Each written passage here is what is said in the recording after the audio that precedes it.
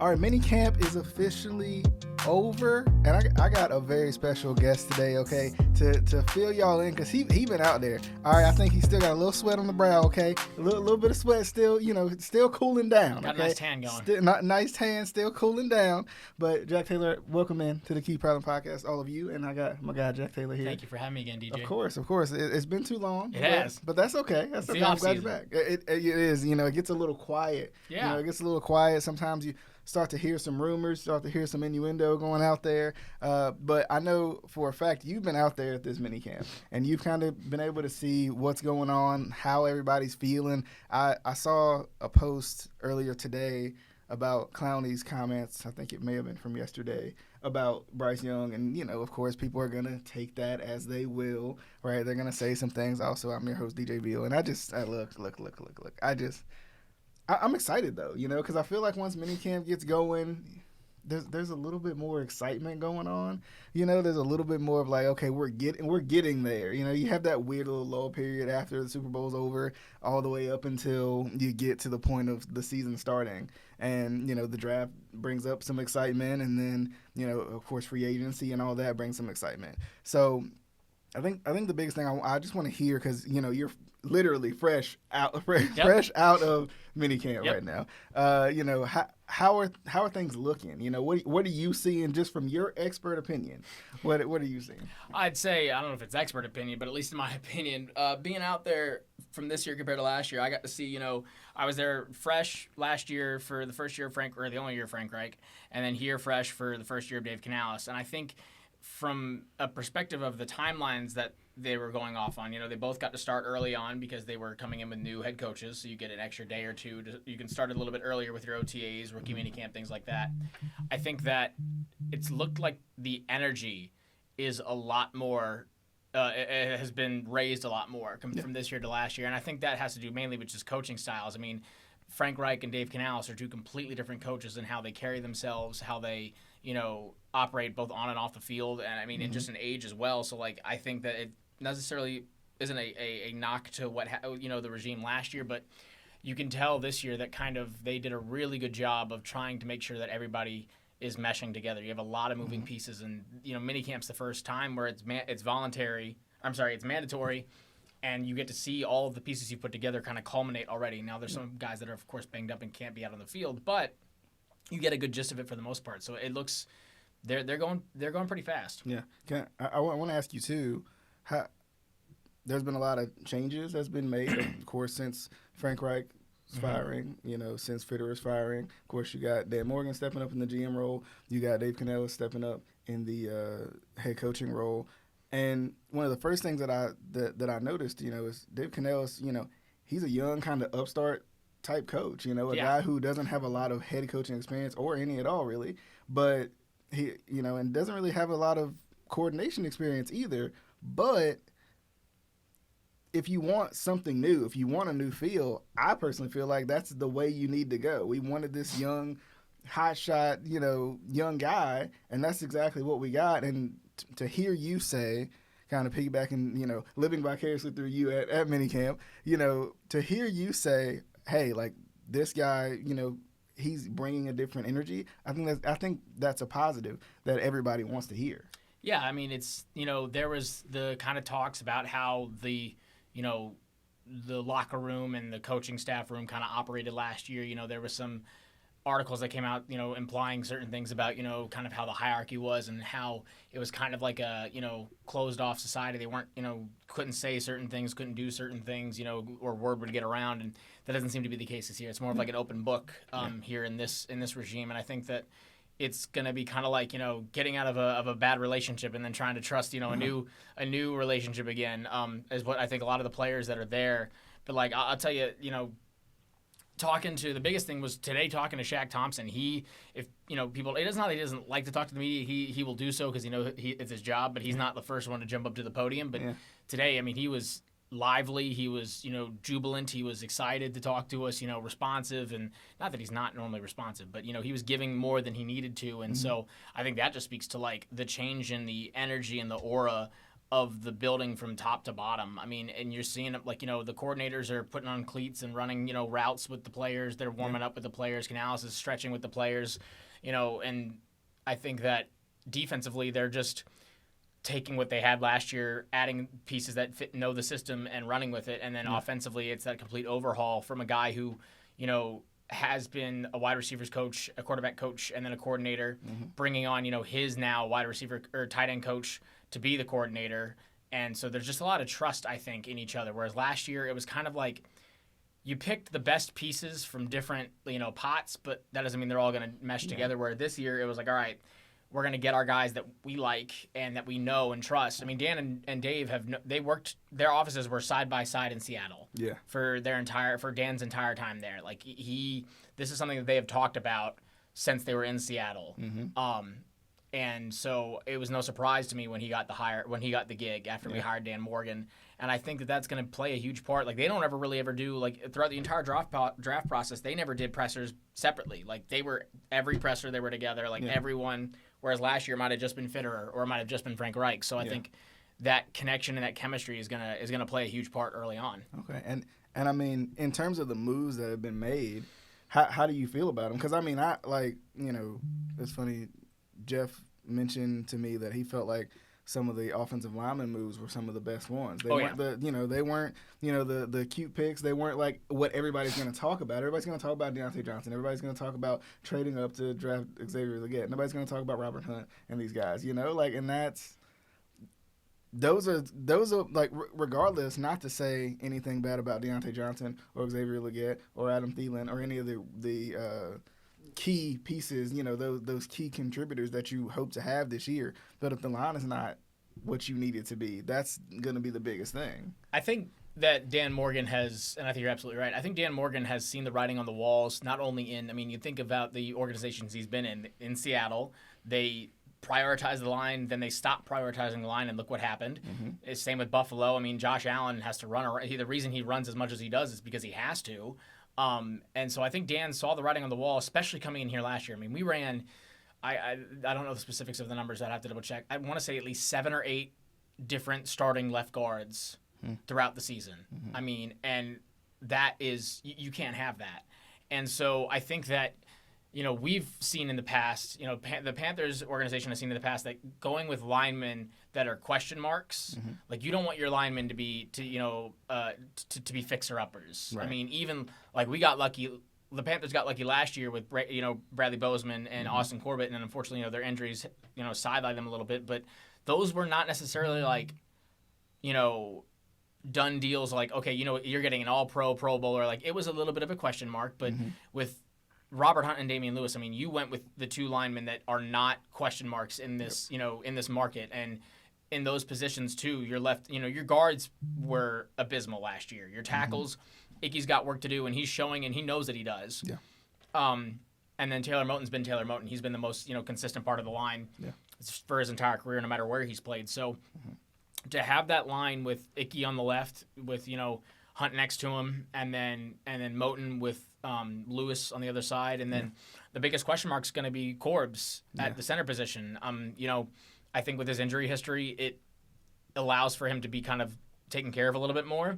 But then the problem becomes is that if he does get injured, like he has been the last few years, then we don't have a true center on the roster. I think Brady Christensen would be the next backup. So, but you can already see the line, like you can already see even just size wise, they tower. Bryce, the biggest problem Bryce is going to have is be able to see over the line. I mean, to be completely honest, but I think that you're realizing that, Deontay Johnson, question mark. Xavier Legette could still be a bit of a question mark, but you have a lot more room.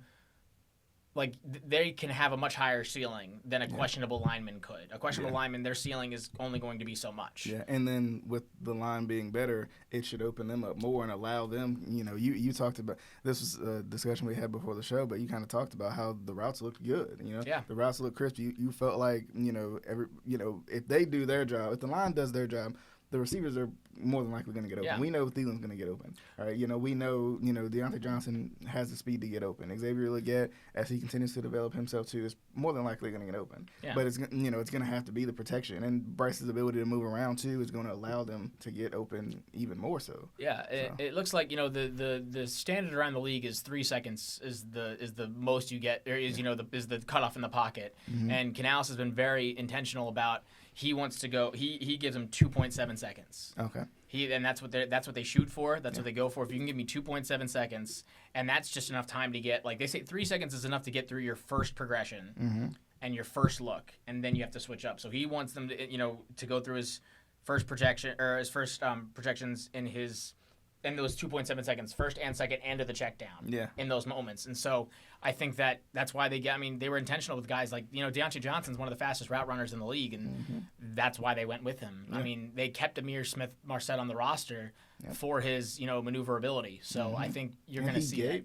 He gave the Panthers something different, it felt like. He did. Yeah, I mean, I felt like last year when he got a little more playing time, you looked at this offense and you were like, oh, okay, there's a lot still left here, with a little bit of speed. I think that's why, I kind of championed for Hollywood Brown for a long time, during the offseason, because I'm just like, he'll give you that speed that you just don't have right now. And then, of course, the Deontay Johnson thing came up, and, that changed everything. I mean, that was, like, Dan Morgan was, we knew that going into it, and, like, what you can say what you want about the draft, but, I mean, to garner that deal, say what you will about Dante Jackson, but I mean that was a steal in and of itself. And especially for the prices that these wide receivers were going for, we weren't going to give Stephon Diggs that kind of money or put that trade up for him. That wasn't going to happen. I mean, you see those guys out there. We weren't going to give that kind of money. And to be honest, that's not where we need to be putting money. I mean, the line is where you need to put money, and then I think your defensive group. I think they're just shoring up the depth of it. We've seen that group can perform, but then when it gets injured, when there's injuries and things fall to the wayside, it kind of it crumbles. So I think the Deontay Johnson, it was very low risk, high reward for what you gave up for him. And you hope it pans out and he can be your number one receiver. But then you're also hoping really that Legette's your number one wide receiver and that Deontay Johnson is there to just kind of your best case scenario is a DK Metcalf, Tyler Lockett kind of offense. Yeah. And we've seen Canales run in those kind of systems. So okay, it was interesting because a lot of people, and I know you all out there have kind of given your comments throughout the time that I've been doing the show, especially since the draft, about trading up for Xavier Legette, and people were a little bit upset about it. And I'm curious to hear your thoughts because for me, I said, hey, if you believe in that guy that much, you better go take your sure thing. I'm all for a guy I believe in. And yeah, it's one pick up, but Buffalo is a wide receiver needy team, and as were the Patriots. And the Patriots were talking about trading up into that spot too, and so I think that because the Bills, they picked a wide receiver the very next one. I'm trying to remember who it was. It was Keon Coleman. Thank you. Yes, and so their top two were Keon Coleman and Xavier Legette, and so what it does to trade up into the first round, because I was sitting there at draft day and I was like, expecting us to not do anything, expecting the Panthers to not do anything. And I think, Dan might have gotten a little trigger happy because there was a lot of receivers falling off the board at that time. Yeah. And then there was questions like, why is Adonai Mitchell falling so far down? Why is, and then Keon Coleman was there still. And I think there was maybe one or two other like top graded wide receivers that were going at that point in time. The trading up for it, I think, was smart because then not only do you get him in that first round pedigree, then you also get a rookie year on his contract. Yeah, that's true. So you get that extra year to figure it out.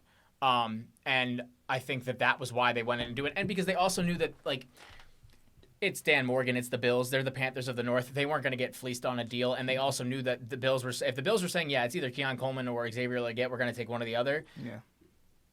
Just, measurement for measurement, Xavier Legette's the better wide receiver in my mind, and a better fit for the Panthers as well. The thing that I didn't like, and we don't have to touch on it, but a lot of the trading after that move was what I kind of disagreed with. I think you had bigger positions of need than the guys they got in the time frames they got them. Like I think the players that we got have huge upsides, but to trade the way the things you did, other than getting the next year's second round pick back, Yeah. I was not a fan of some of the later trades. But the first one to get Leggett, I mean, I'm a little biased. I'm a Gamecock alumni, so I know that Leggett is. I think he's going to be wide receiver 1 come the end of the year if he can stay healthy. That's the biggest concern. Okay. I mean, I didn't think too much into the trades that happened afterwards, because I still feel like they filled needs that they needed to. My struggle was kind of like you said, the places that they ended up getting picked. I think they filled the needs, and maybe they didn't fill them in the order that they should have. I think that a lot of what people don't understand is that, I mean, and they maybe do, but aren't looking at the bigger picture. I think a lot of what Dan did in this draft was fixing the wrongs of Scott Fitterer. I mean, you give a ridiculous contract to a running back that, wasn't top of the line, and he comes out and underperforms severely. Health issues, to the wayside. Like Miles Sanders didn't perform, and you're now on year 1 of a 4-year contract that was resetting the market. Yeah. So getting Jonathan Brooks, you're like, all right, we need, like, Chuba is a quality running back. I don't know if he's the number 1 running back, for the team.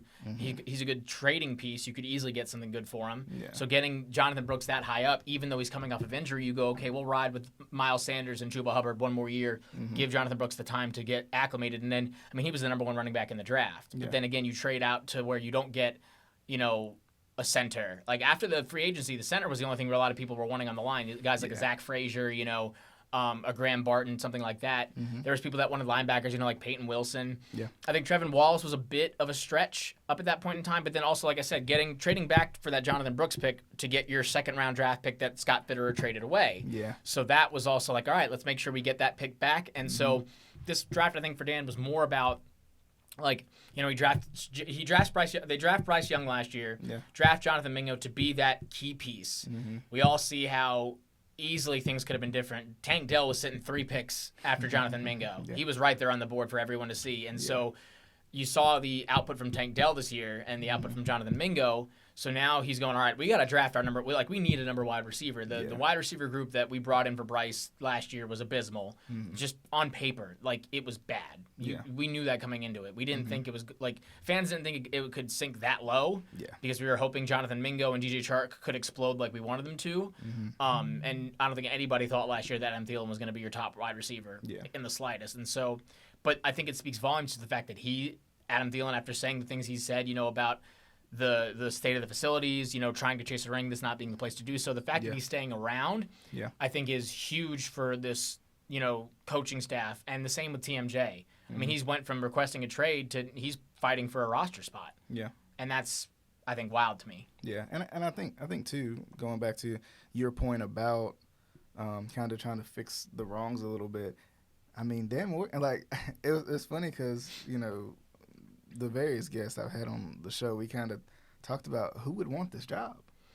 Like, and no, you're not wrong. Like, it was kind of one of those situations where you're put in such a bad position, whether it be at the time who was going to be the head coaching candidate and whether, for the GM candidate. It's like, my initial thought was, who would want this job? Like, who would be the person to want to really step up and take this? And, I think,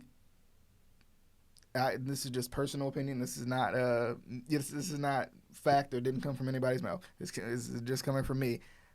I think Dave Canellis and I think Dan Morgan feel as if they have a lot to prove. Oh yeah. As head coach and general manager respectively. And I think they honestly feel like this could be the place to do it. They have, of course, their connections. Of course, Dan Morgan has his connection to the Panthers, and then Canellis has his connection to Dan Morgan, and they think together as a unit they can be kind of an unstoppable unit in terms of the front office. Absolutely. I mean, and then bringing in Brant Tillis from the Chiefs to handle the cap is also just a stroke of genius because the things he's been able to do in Kansas City are pure genius. I mean, to keep that, those superstars around, Tyreek Hill being the only one let go, but that's just because, I mean, there was no way you were going to be able to get to him and keep anybody else. But even then, after losing them, they continue to find consistent pieces to get them to where they need to be. Yep. And so I think that Dan and Dave know that they have nothing to lose here. They really don't. And, like, no, I don't think anybody else wanted this job. I mean, Dan, it's no surprise that the connection that he had to Carolina is a big factor. And the thing, people had some hangups with him. My biggest hangup was that he was a part of the old regime. If he was still chilling in Buffalo as assistant GM in Buffalo, it would be a no-brainer. Be like, all right, yes, bring Dan Morgan in, absolutely. I think people were kind of scratching their heads because it's like, well, was this guy just, because Dan Morgan worked with Scott Fitterer. Scott Fitterer, Dan Morgan, Dave Canales all worked together in Seattle. Yeah. So that was where I think people were a little concerned, all right, is this just, Scott Fitterer 2.0? But I think he's shown in some of his moves, that is the way they want to go with. Getting an addition in the tight end room that could be really huge. Yeah. Getting finally getting the Clowney deal done. We've been flirting with that for years. And establishing, getting a guy like Josie Jewell who knows Avero's system like the back of his hand. And I think, Dan Morgan's not going to let the linebacker groups go to waste, or fall to the wayside. And if DJ Wanham can get healthy again, that will be huge as well. Yeah, and while you guys are commenting on this question that I'm about to ask, I know y'all already got y'all fingers ready to type. I want to ask you about that because the Clowney thing. Because I know we talked about it, when we had our show a while back about Brian Burns and the potential trade. Will he get extended? Should he get traded? Should he get extended? Right? And of course now we know, hindsight being 2020, we know he ended up getting traded.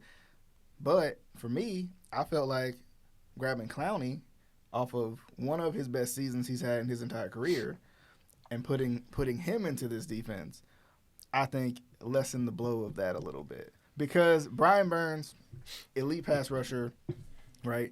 You don't get an elite pass rusher. It's hard to find, right? To find an elite pass rusher is hard to do. That's why everybody's like, we have to pay Brian Burns. But Clowney, I don't think Clowney has lived up to the hype of what we thought Clowney would be, but Clowney still has been effective. And I think it does help. Now, could they use another piece here and another piece there? Yeah. Right, and I know they drafted an edge also to help with that. But I feel like I personally felt like Clowney helped a lot to ease the blow of what losing Brian Burns would have been if you wouldn't have grabbed another guy to rush the passer. So I think that it's tough because you're trading stats. DJ Wanham and Jadeveon Clowney each both coming off of 8 sack years. DJ Wanham, coming off of a big injury, but he had a clean tear on his ACL, which is much, much better than a partial tear. Yeah. And you can heal from that a lot quicker, as did Jonathan Brooks. But that's not. But regardless, I think that the big blows were not only losing Brian Burns, but then just because of being injured all year and not seeing him, not knowing what it was going to be like. Not re-signing Marquise Haynes. I mean, he's still a free agent out there, and Marquise Haynes was performing really well because Brian Burns was getting all the attention. And Derek Brown doesn't get the record that he got last year without Brian Burns taking some of those double teams. Yeah. So I think that is going to be where you see the biggest impact. Is that Derek Brown's going to get the double teaming this year because everyone knows that he's the one that they're coming, that people are coming for. And I think that it's really up to Avero, honestly, to. In the years past, I feel like with Avero, he has tried, or I guess just last year. Last year when people got injured, Marquise Haynes, Frankie Louvu, Shaq Thompson, when they went injured but then got out, he just tried to get, guys that would, fit in and just, and kind of keep the ball rolling, but not necessarily guys that worked for that system. He tried to change his system around to fit the guys that he had in place. I think this year he needs to do the opposite of that. I think he needs to stick to his system. Yeah. Stick to the 3-4 the way you want to do it. Don't stray from it. And like he's done with guys like Josie Jewell, got Ashawn Robinson, Nick Scott. He's getting guys that know his system. Yeah. And have played in his system before and have succeeded in his system. And I think that's going to you can't underestimate how much that is an impact. And so I think that you kind of moneyballed it. You kind of replaced him in the aggregate, getting Jadeveon Clowney, getting DJ Wanham, getting Josie Jewell. You hope Kamu Grugier-Hill can overperform. And then the way they run their 3 line, you'll have Derek Brown in the middle, Ashawn Robinson on one side, maybe maybe some other guys kind of to the other side of him. It depends on where they put Jadeveon and where they put. He's been running with the edges. He's been running with the edges. Not with, like if they have a D-line group, they'll have like an edge rusher group, and then they'll have their linebacker groups when they run their drills. And so I think Jadeveon will probably go down into a 3 technique like he's been doing. Yeah. And where he's been, I don't think they'll stand him up. I think they will stand up DJ, and then you'll have DJ Wanham, Josie Jewell, Kamu Grugier-Hill, and Shaq Thompson. You'll have Josie and Shaq Thompson in the middle, and then Kamu Grugier-Hill and DJ Wanham on the outsides. Yeah. But then that also factors in like Trevin Wallace, who he was a bit of a stretch at his position. I mean, he's a tinier guy. He played in Kentucky.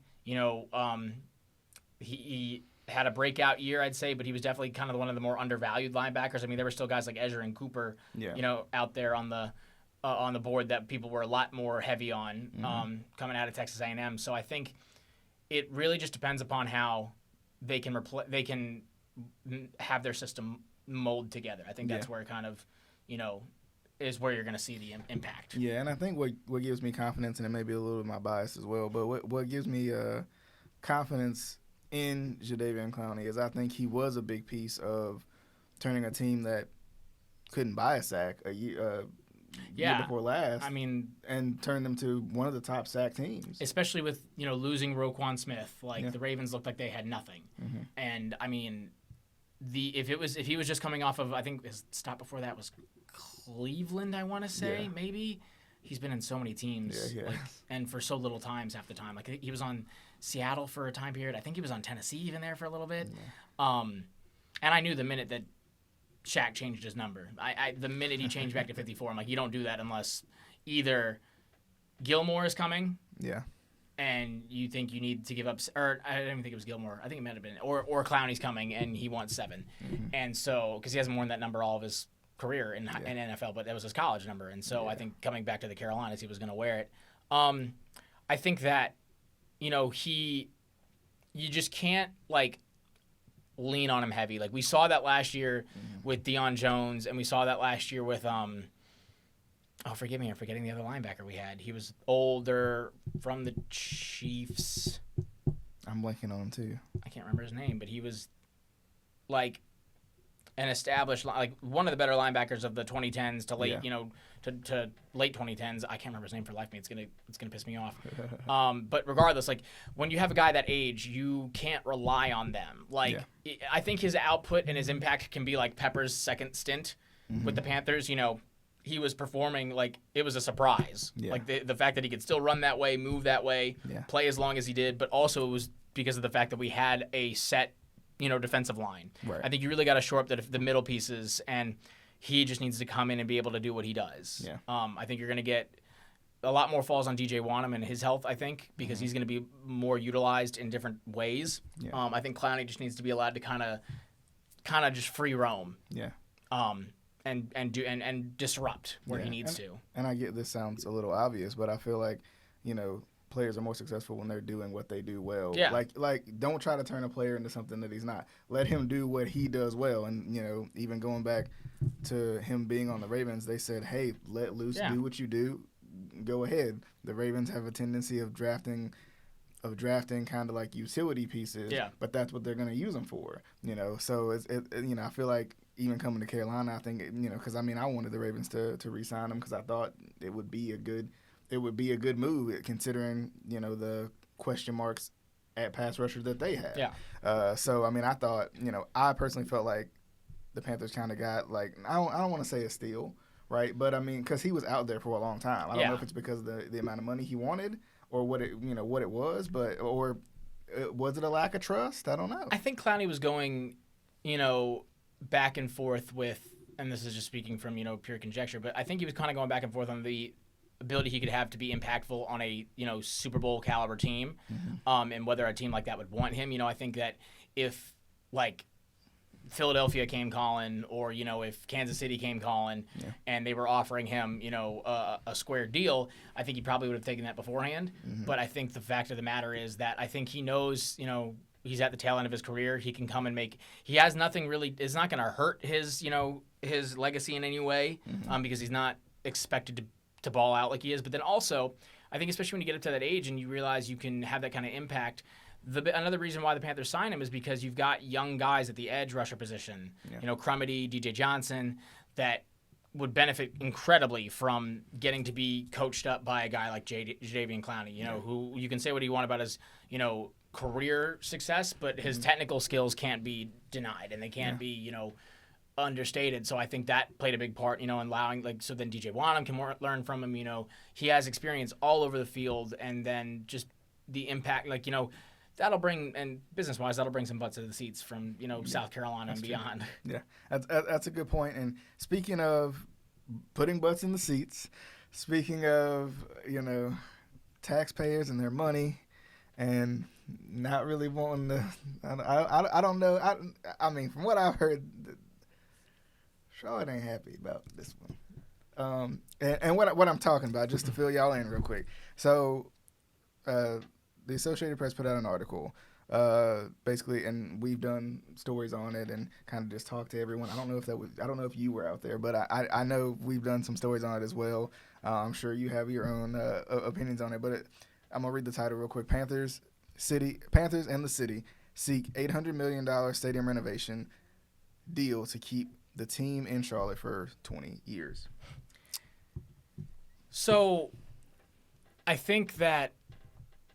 And don't get me wrong, I think that if they could get the team to stay around for 20 years, that'd be huge. Mm-hmm. I think you could kind of call Tepper's bet a little bit, because I do not think he would move the team if this deal fell through. Yeah. The fact of the matter is there's really, with the XFL and the USFL, there's really not, markets in country for NFL teams, and we've talked about this, off podcast. The only thing I could see him doing would be moving to Germany, but that's still a good 10, 15 years away from being, actually doable. Yeah. I think it's the timing of it is the thing. I think if he had wanted to do this, he being Tepper, and the organization wanted to do this, your best chance to do it was literally the year after you bought the team. Yeah. And I know that there was a lot going on in that time period, letting Ron go, letting Cam go, letting Greg go, letting TD go, Luke retiring. There was a lot going on. And whether or not, you could have come in that, if you felt like you had the feet on the ground to be able to make that decision, I think, and obviously hindsight's 2020, but we have never been as successful as we were.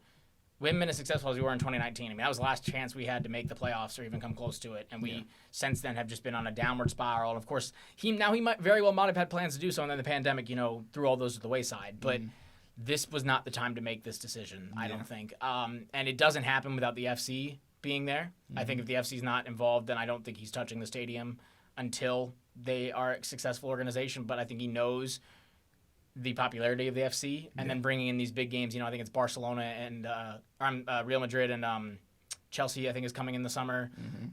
Copa America. I think he also felt a little insulted getting left out of the World Cup qualifiers, being one of the few national stadiums to not host a qualifying game, even when markets like Nashville are getting to host one. So I think that's kind of where a lot of the motivation for this came from. And then, of course, we talk about the concerts and what have you. And I've been trying to look into this, and I haven't found a concrete answer yet, and it's hard to figure out in terms of the guidelines, because obviously the biggest issue is the money, right? Now, it is indicative, and it is in line with the other valuations that, Nashville's getting, Jacksonville's getting. They're both getting 1.2. The $800 million is actually, that's a low ball, and I think that was a low projection. It's actually if the deal that they have right now goes through, it's gonna be closer to 1.3 billion. Yeah. So it would be 680 something million coming from the Panthers, with 150 of that coming from Tepper, and then 650 million coming from the city. And I think that's what people are upset about. Why are we footing half the bill? Yeah. Why are you, he's one of the top 3 richest owners in the league. Yeah. But I don't know legally, in terms of the NFL bylines, owners can provide money, can put money straight into the coaching staff and into the front office. There's a cap for it, but that money comes out of, when Tepper was paying 5 coaches at once, all that money was coming out of his pocket. Yeah. Obviously, owners can't put any money into players, I don't know if there is I believe there's a max when it comes to how much an owner can specifically put into his team and how much money has to come from team profits. Yeah. So for people saying, well, he's got all this money, why can't he put more in? He might not be allowed to put in more. Yeah. But that doesn't mean the Panthers can't put in more. Right. Now, do I think the Panthers have more than $680 million to spare? Absolutely not. As an organization, I mean, that could be their entire organization's life savings. Yeah. It really could. Yeah. So, and then we've talked about it, on the news as well and clearing it up. It's not coming out of an extra tax. Yeah. It's not going to be added onto your bill. You're not going to see it when you go to Target or to the grocery store or to the restaurants. Right. And it can't go to affordable housing.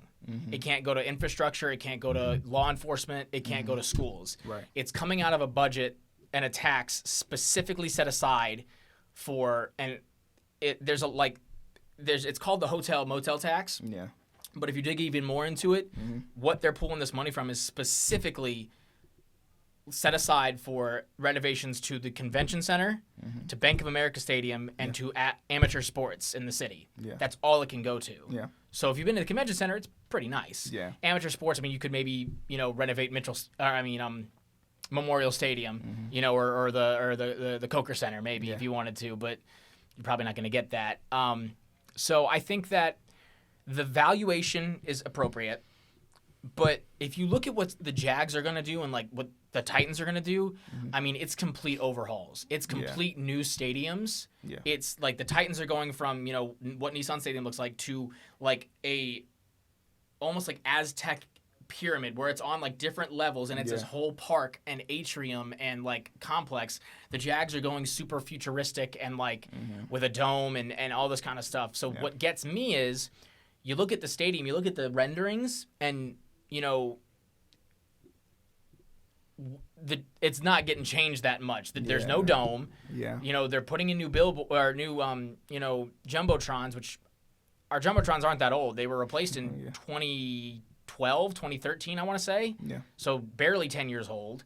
A bunch of screens on the outside of the building, which I pray for anybody who lives along Mint Street, along Moorhead Street, all of that stuff. It's going to be blinding. Yeah. And then a lot of glass and a lot of, I assume the floors are going to change because the cement floors aren't going to really match the motif of the rest of the building. So I think what really irks a lot of people is you look at that, and that does not look like $1.3 billion of a stadium. It looks just like shinier. Yeah. Do you know any of the numbers from the others, like the stadium? The Titans was 1.3. Yeah. I think either 1.3 or 1.4, and I'm talking it's a complete renovation. The Jags was 1.2, and now you got to also account for property values and things like that. So I don't know how they translate in Nashville and Jacksonville. I know Nashville's probably maybe just as expensive. Jacksonville can't be that much more. It probably has to be cheaper. Yeah. But that like the contrast to like, hey, they're getting this much money, but this is what they're doing. Like they're tearing it down brick by brick and rebuilding from the ground up. It looks like we're just plastering screens on the side of it, and like the structure is going to be the same. Which, don't get me wrong, I've always loved Bank of America Stadium. I've been to a lot of stadiums, both college and NFL. I think the Bank of America Stadium has the most like college-esque vibe to it. It seems like a football stadium. Right. I don't really like the glass, like the luxury to me, because it feels like I'm not really watching a football game. But that's just me personally. If the designs are cool, what have you, like, and you're also doing it at the wrong time because the Spectrum Center's, just passed a renovation plan. Yeah. And they're taking considerably less money from the city. Like a lot of it is coming out of the group of owners' pocket. Now there's 5 owners, but J. Cole and Eric Church are putting in more of their own money than it seems like Tepper is to the NFL. So that's also where people are going to be like, look at this. You're seeing it across the street, a couple blocks down. Yeah. They're able to do this for less and take less of our money. Yeah. But again, I want to stress that he's not really taking any money you aren't already paying. Yeah. This money is already being paid. Yeah, and I'm glad you brought that up because I was going to mention that even in the article it says that it doesn't require any new or increased taxes. Because my initial knee-jerk reaction, and of course I appreciate you for giving me all the information because I didn't realize all they didn't do a good job. They didn't do a good job of explaining it. Yeah, so that was good to know, and my knee-jerk reaction to what you just said is I'm a little frustrated that they didn't do a little more of an overhaul, like you said. But at the same time, I personally kind of like Bank of America Stadium myself. So it's just my knee-jerk reaction was, why are people so mad? You know, like if there's no increased taxes, it's not going to really impact you. Like, yes, considering what the Panthers have done as of late in terms of football success, I could get it, right? But at the same time, you don't want the player staff to suffer because ownership has been spotty lately, right? Like, I don't think it's been necessarily the players, right? Now, execution, all that, right? The X's and O's of it can factor in, but a lot of it's been unrest in the front office, unrest from coaching wise. Yeah. So my knee-jerk reaction was, why are people so upset? Because you don't move to Charlotte and don't realize that you're going to have to pay a little bit more because you have a pro football team here. And you have a pro soccer team here, or another pro football team here, if you want to say it that way, right? Like, you know, and other sports teams. That's why people move to Charlotte, because there's stuff to do. You know, like, you don't stay in your small town because you know what your small town offers and you know what Charlotte offers. So don't get mad when you move to Charlotte and things cost a little more. I think that it's kind of the principle of the thing, and I agree with you. I think it's the principle of the matter, right? Like, I think people are very wary to trust Tepper, especially after the Rock Hill debacle. Yeah. You know, and that's where I think that's why I think the city is taking so long to like agree to this deal, because they saw how underhanded it was in Rock Hill and how they, he tried to foot them more of the bill than originally discussed. Mm-hmm. And so I think people are wary about that. I think people are wary about the fact that like it is. I think they didn't do a good enough job of also expressing and showing the renovations to the facilities as well. Like they mentioned, all right, well, like since training camp's moving, there's going to be a facility upgrade, but nothing touching on it. But they're going to make a whole complex up there that has like, what Rock Hill was going to have and reduced. Mm-hmm. So I think they didn't do a good job of, referencing that. I think that just Tepper's had a very shaky relationship with the city in general, just in terms of how he handles himself. He kind of came in, and people were also very like the people. I don't say transplants derogatorily, but like the transplants coming in are just seeing the money it's going to cost and the money like you're talking about. Yeah. The people who have been in Charlotte for the last 30 years, outside of all of his misdoings, people loved Jerry Richardson. Yeah. He was a hometown kid. He brought the NFL to the Carolinas. And so, he goes away, all that happens. Tepper already wasn't going to get a warm welcome because of he's not Jerry Richardson. And Jerry Richardson didn't upgrade the stadium literally at all in his entire ownership career, like tenureship, because he was putting that money into the facilities, the players, the front. Like you were getting success, so people weren't worried about it. Mm-hmm. This seems it's more like, when he first got in, he took the end zone seats away and put those suites in.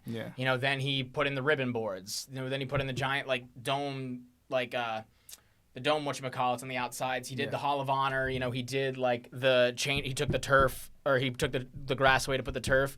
A lot of his things, because it is coming from a businessman, seem cold and calculated and just like facelifts. Mm-hmm. They don't seem like they have intention, I think, to a lot of people, to where it's like you're not really doing anything about the team. Like you're not fixing what the problems are with the family inside the house. You're just painting the outside of the house. Yeah. And you're just, mowing the grass and, putting the lawn ornaments up, but that's not fixing anything that's going on inside of the house. Yeah. And so I think that's where a lot of people are upset about it, is because they're like, you can dress the stadium up however you want to. It's not going to mean a thing if you don't have a good product. Yeah. And so I think he took a step in the right direction with the FC for the most part. Like I think he's gotten very lucky that the FC has gotten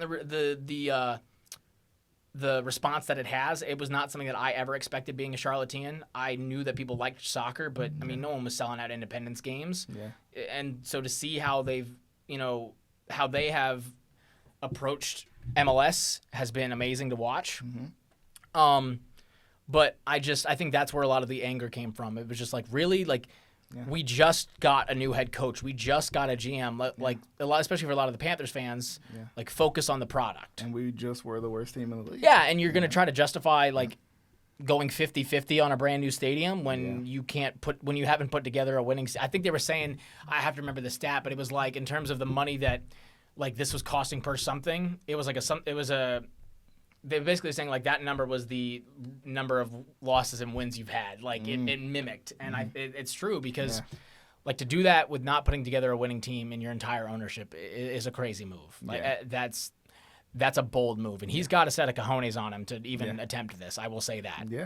Yeah, I agree, and I'm curious to see what you guys think as well, because I mean, I've heard some of the response, but now giving a little more context to it and a little more thought as well. It's a very interesting situation. It'll be interesting to see, and I think also as we kind of wrap up as well, like I just feel like sometimes this is where I struggle. Just being a normal person, living a normal life, not understanding everything there is to understand about everything. But why is there always such a lack of communication on these things? If you came up to me, like if Tepper gave a press conference saying, "Hey, this is what we're gonna do. This is why. This is what it's gonna benefit. This is why it's gonna benefit you," I think people would feel better about it. But like for whatever reason, in these when these business things happen, it's kind of just thrown on you as a person of the community, as opposed to like give like, hey, like it's frustrating. No, I get what you're saying, and I think that these owners, a good amount of them, because I don't know how it operates, in the other like markets. Like I don't know how Nashville handled it, like if they had a presser or what have you. But I think these business owners, they treat it like a business deal, and they like, they don't see the fans. They should see the fans as employees because they are, putting money into the team. Mm-hmm. They are now with sports gambling making money from the team. Like people make it their livelihoods, and so they feel like they're owed a modicum of respect to say this is why we're doing it, and a modicum of transparency. And I think that it's not that the owners go, well, we don't have to tell you, like we don't care to tell you. I think it's just more of the matter of the fact that it's like they just, other than these like flashy renderings, I think they feel like people wouldn't understand or would get bogged down in the details and wouldn't get the big picture. So they think they're doing them a favor by like dumbing it down for them per se, or like just showing them the flashy stuff. But I do agree. I don't think it would be hurtful to say those kind of things. And I think that's where, like, I'm sure the city council, the city budget committee would be like, well, our meetings are free to watch, and they explain these things in the meetings. And I think that's where people would be like, if you go and, pay attention in your community, but not everyone's doing that. Yeah. And I mean, even when they have, even if the Panthers put out a press conference, not everyone's watching the press conference. Sure. And I think that they also know that, like, if you put out the whole of it, then unfortunately there are people in, I'm air quoting here, media, or just people in general on social media that will take and pick apart the things that they want to say, either out of context or kind of, misrepresent it. Whereas if they control the message and they put it out, and if they only give a certain amount of information, then it can't be, but that's, like I said, that's where we get these budget meetings, and like all of this was said in that budget meeting when they first pitched it. That's how I knew all this information. Right. Like it wasn't like this is not insider information that I'm getting out of the practice field. This is public information, but no one would ever think to go look there because they figure, it's either just a done deal or what have you. So it'll be interesting to see when they approve it, what the final, hold up is, and what would happen if they don't approve it. Like I said, I think you could call his bluff, and I think that he would either reduce or renegotiate. I think what they're trying to do is get their side of it down a little bit. And then get some more money coming out of his pocket. But like I said, I don't know how much he's allowed to give and allowed to put into it. Right. It'll definitely be interesting to see. But as we wrap up, Jack, I appreciate you for coming by. It's always fun, always a good discussion. Always happy to be here. You'll definitely be on very, very soon. I'm just, you blew me away with the information. I appreciate it. I really do. Because I was over here like SpongeBob soaking it in. Just because, a lot of that stuff you don't think about, and of course you also being tapped into news as well. I mean, I am too, but I'm saying, I can't say tapped into everything. So you might see something that I don't. And that's, why it is important to have these conversations so people can understand and, people can see kind of what, behind the lens a little bit because they might not see it, and I definitely appreciate it, man. Of course. But as always, we'll see you guys on the next episode of the Keep Prowling podcast. If you haven't already, hit that subscribe button to Backle Sports, and also, leave your comments, join the discussion. If you ain't joined the discussion yet, you're missing out. This right here is not the only discussion happening. Y'all out there, y'all having a discussion as well in the comment section below. But definitely hope you guys enjoyed. Appreciate Jack once again. This has been the Keep Prowling podcast.